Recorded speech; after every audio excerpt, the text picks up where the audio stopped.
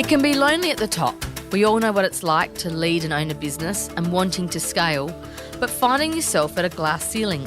That is where the power of collaboration and connection comes in. Hi, I'm Natasha Milani. I'm an expert at helping businesses and business owners harness the power of collaboration to connect, scale and grow. I am passionate about collaboration. I believe that no one executes alone. We all do better when we do it together.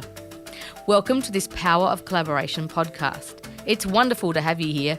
I hope that you get the inspiration and information you need to harness the power of collaboration to break through your glass ceilings. Today, we're talking to Dean Cook from RJE Global. Welcome, Dean. Thanks, Natasha. Good, nice to be here. Dean, let's just start with a simple question. What does RJE Global do? Okay, so we're an engineering construction business, headquarters here in South Australia. A lot of our work we do is got an electrical flavour to it, but yeah, heavy industry. So we did a lot of work in mining and resources, renewable energy. We've now spread our tentacles, I guess, to overseas. So in Asia Pacific region, we've done a few jobs overseas in remote areas, the US, Egypt, and I'm the chairman of the board for RJE Mongolia. So we also operate up in Mongolia as well.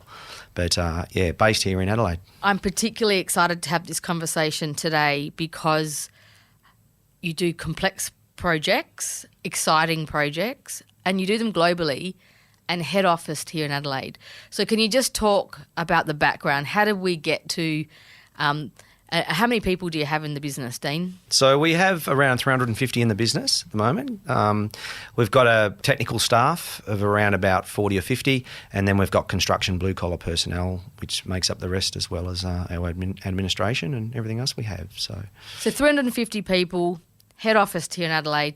How did the business grow? Just share that story. Yeah. So my business partner and I, Robin, we met in the 90s working in remote mine site, had a few chats about the challenges of our current work and what we'd like to do in the future, and we had some synergies there with regard to our aspirations. And we went off and did our own thing for a couple of years, and then I came back to Adelaide. And yeah, we hooked up there in the late 90s, sort of 2000. I came on board as Robin's business partner. And we had about 2 or 3 staff, and we've grown it since then. We're currently sitting at around over 300 people, and we're turning over well in excess of $100 million now. So it's become a big business. That is a significant business for South Australia. So are you and Robin from a technical expertise and then the business evolves? So just talk to me about how you grow a business from technical expertise to this business that then deals with a whole range of complexity like people and HR and cash flow and etc. Yeah, good. That's a good question. We both are engineers, and a lot of our expertise was from a technical background. So we've picked up on all the requirements of managing a business of that size, I guess, organically, and obviously looking at others and talking to others and trying to work out. So yeah, we're both drawn to the technical side of things. That gets us really, really excited through innovation and where we can go technically.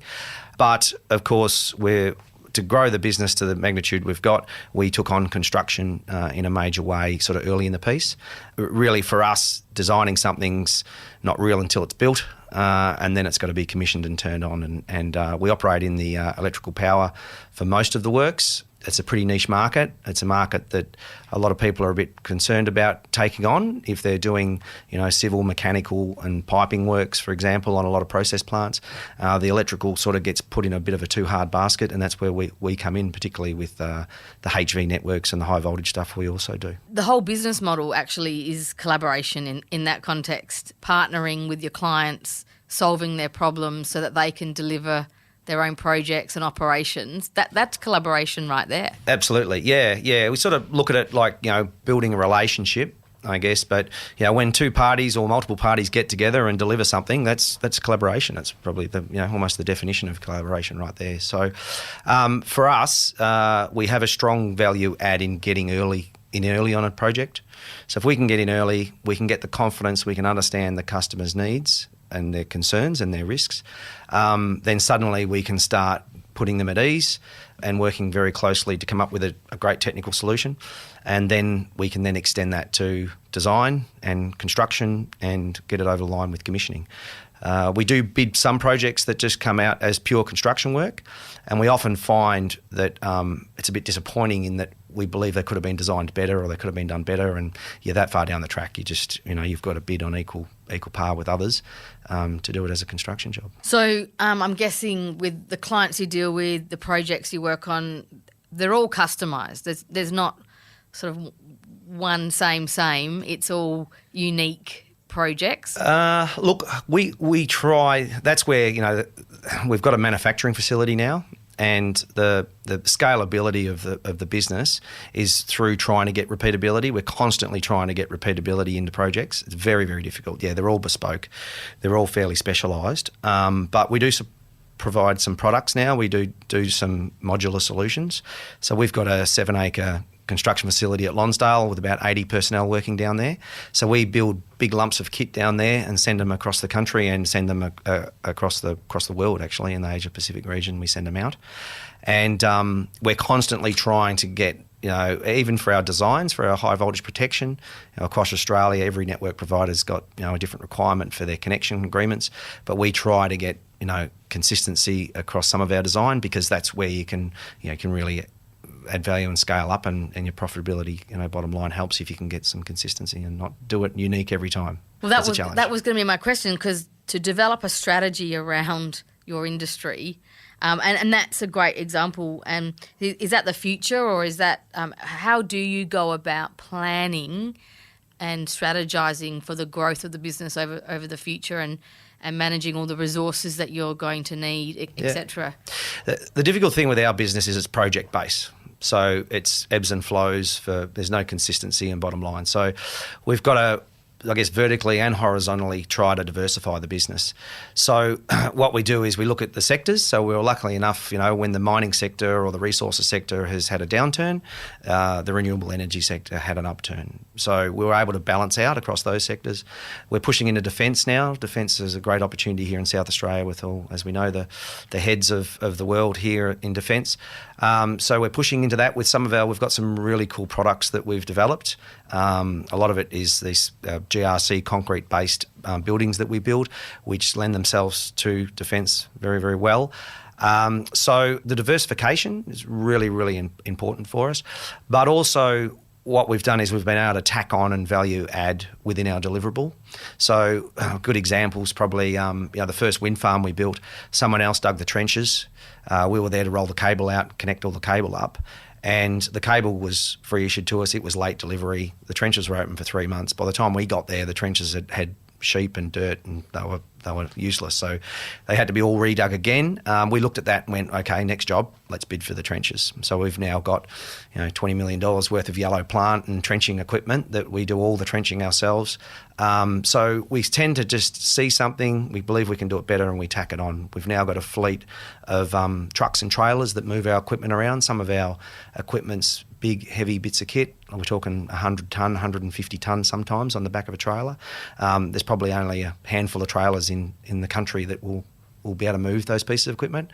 So we build a trailer and we move it around ourselves now. We've got our own trucks and trailers. And so, I'm just a bit, it's a Henry Ford type, theory where we'll do it all ourselves, we'll cover it off, and, that's really important for us. And I guess that makes it, and I spoke earlier about the collaboration, it makes it a bit difficult because you really, as a business owner, you've got yourself to a position. We've been going for 20, 25 years. We do some things really, really well, and you're very concerned about, letting go of the skills that you've got and sharing those skills for someone else to be able to go and be your competitor. So collaboration is it's not all kumbaya and hugs and kisses. It's sometimes a little bit of fisticuffs as well. So nice segue into talking specifically about collaboration, because you're highlighting the complexity, the challenges that you've faced, and I guess there's a fine line, isn't there, between collaboration and partnering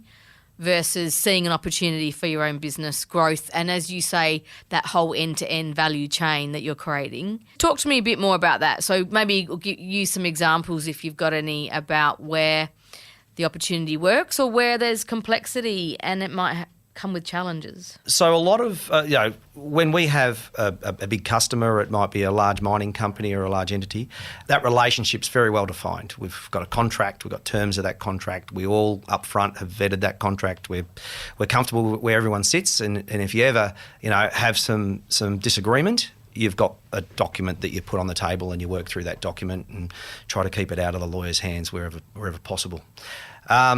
When you go in and do an official, I guess let's call it a collaboration, but it may be a joint venture or a consortium, or there's all sorts of terms that you can use, then it's often not well defined. So the governance of that agreement, business to business, is often not well defined. So one, you've got the concern about someone stealing your IP or stealing your knowledge, but two, just simple things, who's going to be the contracting party? How are we going to administer this as a contract? So it's similar to looking at setting up a business. People have, got experience with setting up a business. One of the first things you probably should do is sit down and agree on a shareholders agreement so that you know exactly how you overcome any challenges, how you vote on certain things, and how you manage it. So we've used a few models. Joint ventures really don't work that well. We've gone down a path of having a consortium agreement, which just sits in the background. When we sign the head contract, we'll often go with a joint and several liability, so that basically we both sign on if we're working with another company, and we're both jointly and severably liable for delivering whatever the solution is that the customer's expecting to get.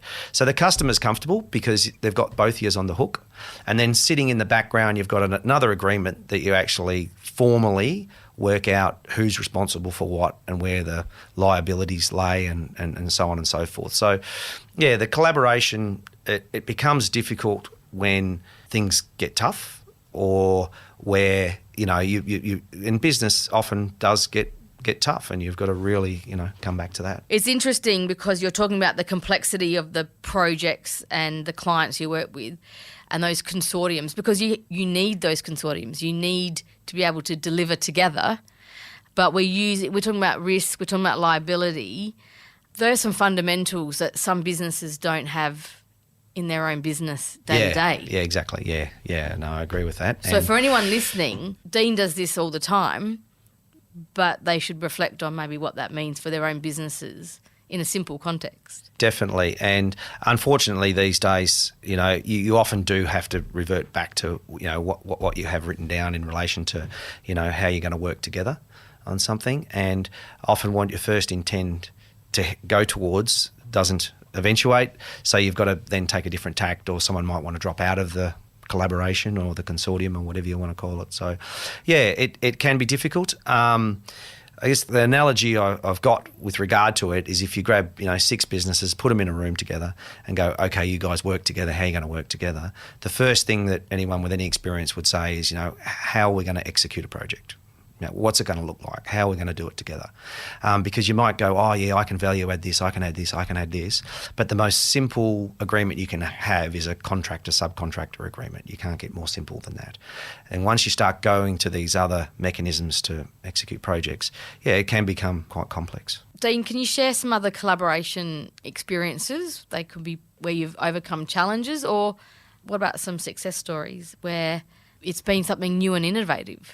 Well, we've branched out overseas. I guess that comes with its own challenges. The sovereign risk and whatever else happens in other countries is often not what happens here in Australia and what you're used to.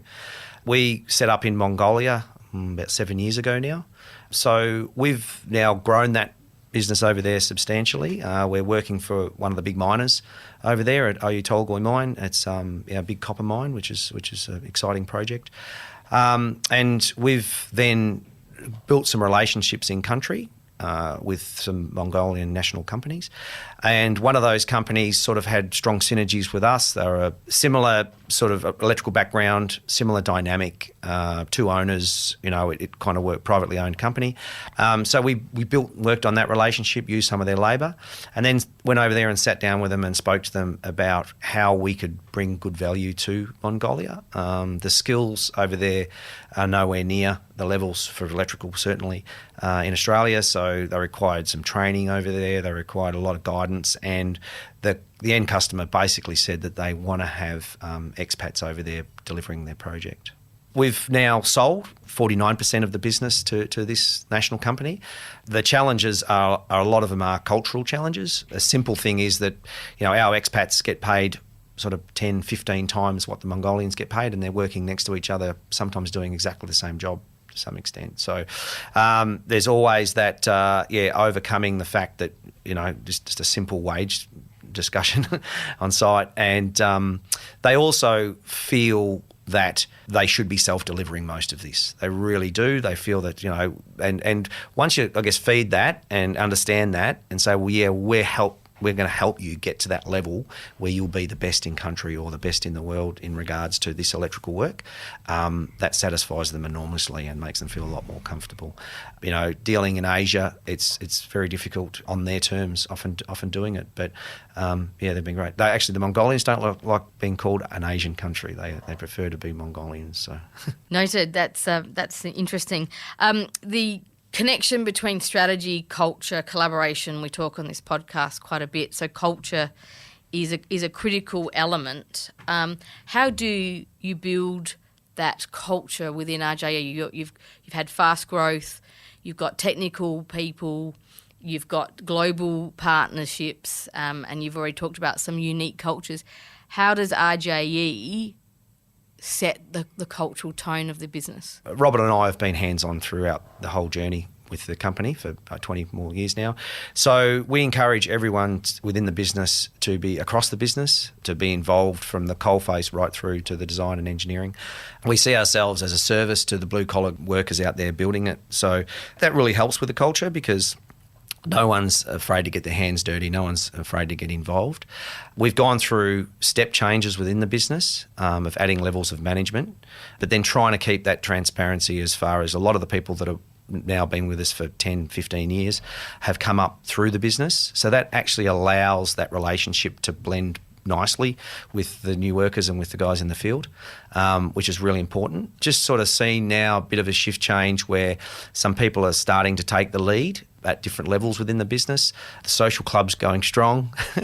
We're starting to have a few more social events. And I had my first really pleasant experience. We had a golf day, a couple of weeks ago?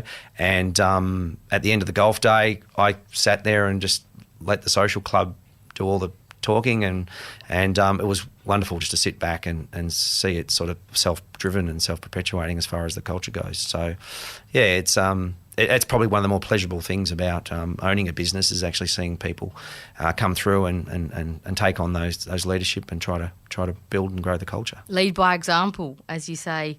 Thank you, Dean. Just in summary, just wondering if you could share, given the nature of your business, it's very exciting. Some of the projects, I'm confident, are very exciting. Can you just share a little insight into a project or something new and innovative that you're seeing emerge and what opportunity that brings? Yeah. Look, we've certainly got some wonderful opportunities within the renewable sectors. I think we're in a real transition period at the moment in going from decarbonising fuel sources through to green energy sources.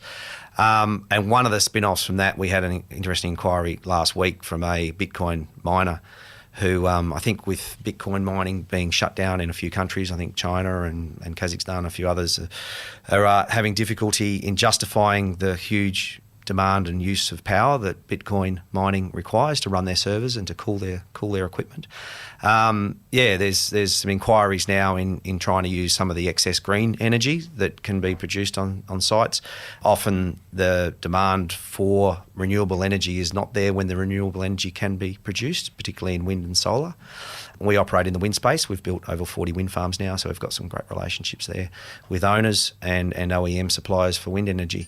And there's just been a bit of a push at the moment to possibly look at how we can utilise green energy on wind farms for Bitcoin mining. Not that I'm any expert on how all that works, but the cryptocurrency seems to be strong and with us, and it's a huge consumer of power. So, looking at using wind farms to run Bitcoin. So we'll see. That's an incredible story. So leveraging South Australia's renewable energy expertise and access to renewable energy, we're setting up Bitcoin mining, and we could probably do a whole other podcast on what that is.